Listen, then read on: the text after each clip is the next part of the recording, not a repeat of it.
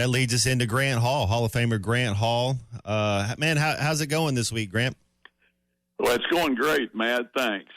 Hey, I do want to talk a little golf with you. I always do love talking golf with you. I like talking a lot of things. We'll get into some football too, but wanted to get a little, before we get into Scotty Scheffler, I saw where Jack, he came out and said his Mount Rushmore golfers. Tell me if you believe this is fine, or is there anybody you would change?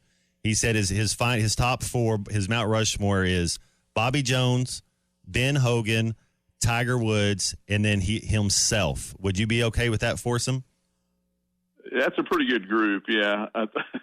So Jack included himself, huh? I thought he might go Gary Player or Seve. You kind of, sometimes people don't like to talk about themselves. Is there Phil Mickelson, anybody else maybe you could see cracking that top four right there, or is that four right there would that be the A side?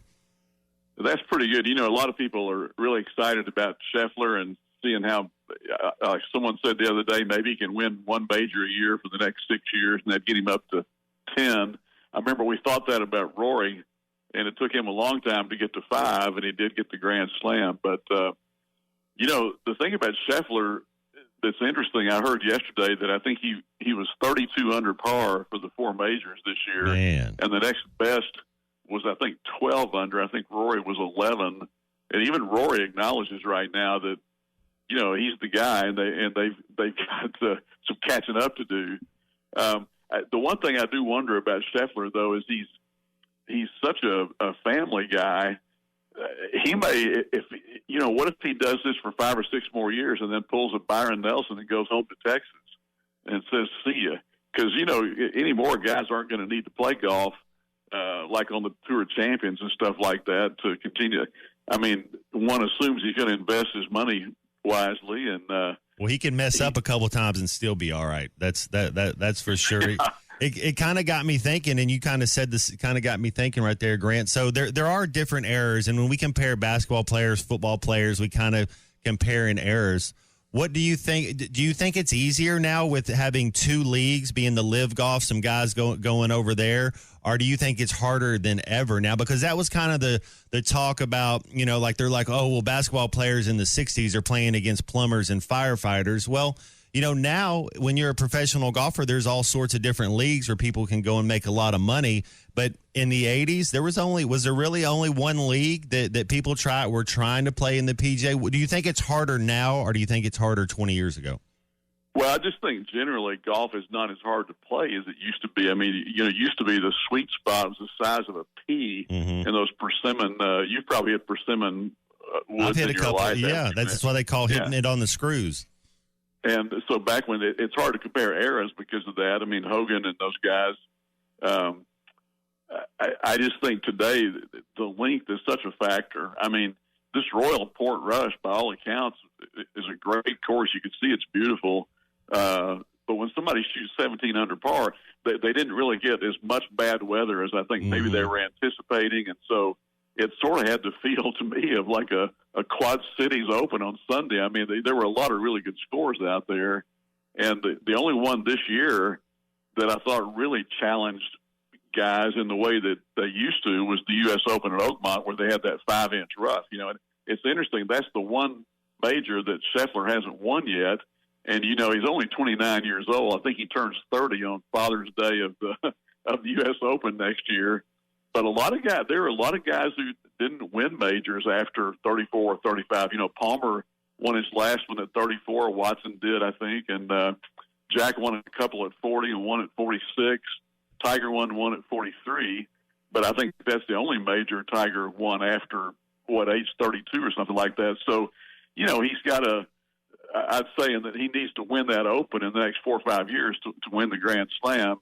And not that he can't do it, but his strength, I mean, he's really improved everything. His putting is so much better right now than it was earlier. And it's hard to find a weakness in that guy. Last golf question, then we'll switch over to football. I liked seeing the captain, Keegan Bradley, do well, and he was quoted afterwards saying that Bryson DeChambeau will be a captain's pick.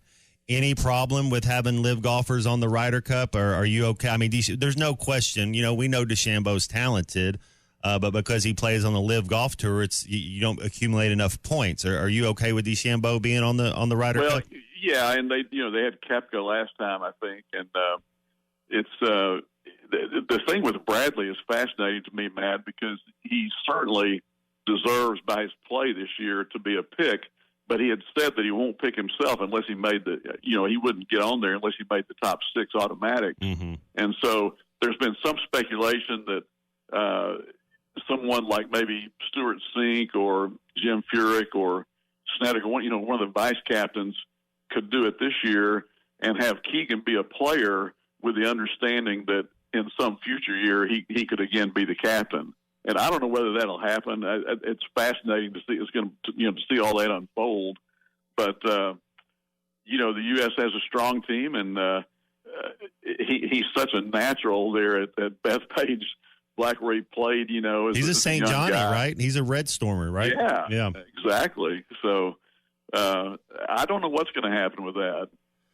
Well, I'm looking forward to it. I know you are. I like it when they get to compete. Let's talk a little college football, and I just want to kind of get in with you. Like last year, going in at this point before we were starting camp, we kind of knew who the best player was on offense. We kind of knew who the best player was on defense. If I was to ask you, and we're going to take Taylen Green out, I'm talking about Andrew Armstrong and Landon Jackson. If you were to say, hey, man, these are our two, is it Carmona on offense that we know? Is it Braylon Russell? Who would you kind of say our best 2 offensive guys, best 2 defensive guys are? Like, who do you know that you think like, man, I can rely on these 2 guys coming up? Well, I think on defense, the 2 they took to Atlanta, Ball and Sorey are probably the guys. And then offense, if you take Green out, and that's a big part of the offense if you take him out. But, I would say probably Carmona. If you're looking for the established guy that's done it. And then, I don't know, man, there are people who are high on Jordan Anthony as a receiver. I know he hasn't done anything yet, but 6'6" and all kinds of ability. And now, with Cisse being out for the season, you're going to need a go-to receiver. Matt, is that how what are you thinking about as the number 1 receiver? You need somebody. I like C.J. Brown. I don't know if he's an X. You kind of have an X and a Z, and then you'll have a slot, however you're going to do it. I think Armstrong was an X. Now, I don't know how they label him, but, yeah, your X is usually your man beater. I'd have to, sit in a meeting room with Bobby and hear how they do it. So, as a quarterback, you want to know that there's somebody, if it's George Wilson, if it's Richard Smith, if it's Marcus Monk, there's belief where if I see those guys are manned up, man, I know where I can go with the ball because So, yes, there has to be somebody like that. And I do think last year Taylen kind of relied knowing that Andrew Armstrong could beat man instead of maybe reading the defense and trusting everything and just kind of hitting your guy. I'm a CJ Brown fan, and then but I don't know if he plays the X. But so it'd be interesting. I thought it was interesting that Pittman brought up Harrison, the 31-year-old. Yeah, that's right, and that would be a great story if that could happen. But speaking of quarterbacks, Matt, today at 1:30 on the Big Ten Network, if people get that, Minnesota goes, and I saw where P.J. Fleck just. They extended his contract out through 2030, but Drake Lindsey's the starting quarterback as a sophomore, true sophomore, and he'll be there today. I don't know if they'll show him on the, they don't show too many players on these things, mostly coaches. Yeah, I watched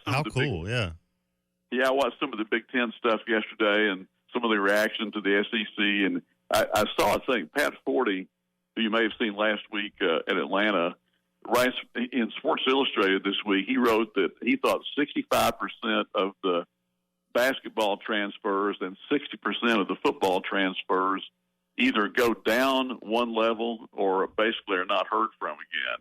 So while all these we read about all the transfers that go somewhere and do it 2, 3, 4 times.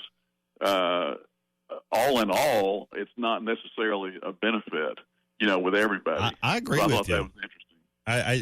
There's a reason you're transferring. Now some guys go and pluck people that are amazing. I get that, but not everybody. The grass isn't greener on the other side, and somebody's listening to somebody else say, "Hey, you're the best. You're the best." Where hey, you know what you got to do? You need to get your butt in the weight room. You need to get your butt in the film room, and you need to be studying and working your craft instead of yapping about it. Yeah, and Matt, wait, one thing I want to mention a couple of baseball notes. Maybe you all have done this, but the Giants signed Ben Bybee and Dylan Carter. The Royals signed Aiden Jimenez. Stanek last night got a save. He got Trout out for the last out of the game as the Mets beat LAA. And McCann went 2 for 3, and he's hitting .355 for Arizona in a game they lost to Houston. And I left out Gage Wood. Of course, Gage Wood signed for, $3 million, I think, with Philadelphia. And there's some speculation up there that he may be on that roster before the year's over. So that would really be something. Man, that's so cool. I'm always pulling for the Razorbacks. I know the Dodgers got a couple of them. We were talking a little baseball, Grant. Rich Hill, 45 years old, 133 days. It looked like he's the oldest player in World. He passed Gaylord Perry, who was 45 as well. But what's your thought? I mean, it's. Sports is such a young person's game, and to be in your 40s, I think you're seeing more of that now than ever with modern technology and advancements in health and science. What were your thoughts on the 6'5" Hill getting it done? Yeah, I mean, I guess Brady is the extreme example of that, winning the Super Bowl at 45 or something. Yeah. And, I saw that Venus Williams won her first match at age 45 in several years after some health issues. I'm watching a game right now. Verlander is 0-8 this year with a 4.99 ERA, but he's pitching today against Atlanta. And I remember, I think it was just a couple of years ago that I went and watched him. He did a rehab thing at Arvest Ballpark, and I was impressed with how he could still throw the ball. Obviously he's still good enough that they think he can do it, but the Giants are in I think maybe they're 2.5 off of a spot or something, if I'm not mistaken, and so that's a big one for him, just to see if he can kind of stay. I don't know how far guys 0-8. I don't know how far you go with him, but he does have a big contract, I'm sure. Hey, real quick before we let you go, trading deadline for MLB's coming up. Who's your team? Are you a Cardinals fan, or is there somebody you'd like to see your team make a trade for? Well, yeah, I'm a lifelong Cardinals fan, and they definitely need help. I mean, they need pitching help. There's a lot of speculation in St. Louis that, they were going to stand pat until they kind of got into contention. Now I think they're 3.5 out of a playoff spot and lost to Colorado last night, which doesn't look good. I kind of think they're not going to do that much. I'm fascinated by this whole thing with Skeens with Pittsburgh. I don't know if Phil has talked about that on the air, but there's some speculation they might let him go and get a bunch of players. I think it'd be crazy if they did that, but I'd be surprised if the Cardinals do a whole lot. I think they want to just keep building in their system, and their fans are going to have to continue to be patient.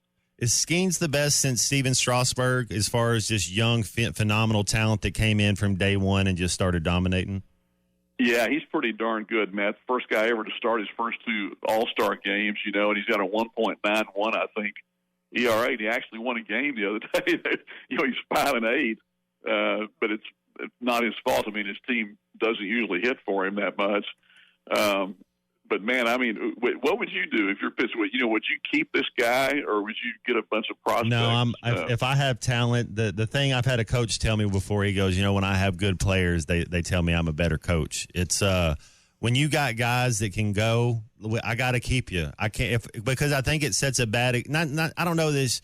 When you're in the locker room and you're with your teammates, and I haven't been in a baseball locker room, so I don't know if there's 30 guys, whatever. But football, basketball. And they trade your best player or cut, you're just like, are we not even trying to win? Like you can see what's, and then it kind of, your morale goes down. And not that you're not going to go compete and try, but it's like, so we're really just kind of we're just kind of playing for ourselves or individual instead of playing for a team. And that is the business side of it. But no, you would have to get a haul, you'd have to get just something unbelievable, kind of like the Herschel Walker deal that the Cowboys got from the Vikings. But I couldn't trade him right now. Yeah, the Cardinals, there's been speculation about Helsley, their 100-mile-per-hour flame throwing relief pitcher, maybe he goes somewhere on the deadline or in free agency. And I understand sometimes when guys are on the last year of their contract or whatever, but I'd be sad to see him. I got to meet his parents at a game a couple of years ago, and from over there in Oklahoma, and I like him, so I hope they keep him. BetOnline continues to be your number one source for all your sports betting action. And with baseball in full swing and football season right around the corner, BetOnline has more ways to stay in on the action with the latest odds, news, and scores, even live in-game betting. From MLB, UFC to tennis and NFL futures, BetOnline remains your choice for sports wagering information. In between games, head over to the BetOnline Casino with all the top Vegas-style games, including poker and live casino. Head to the website today and take advantage of their industry-leading VIP program with level-up bonuses and weekly cash boosts. BetOnline. The game starts here.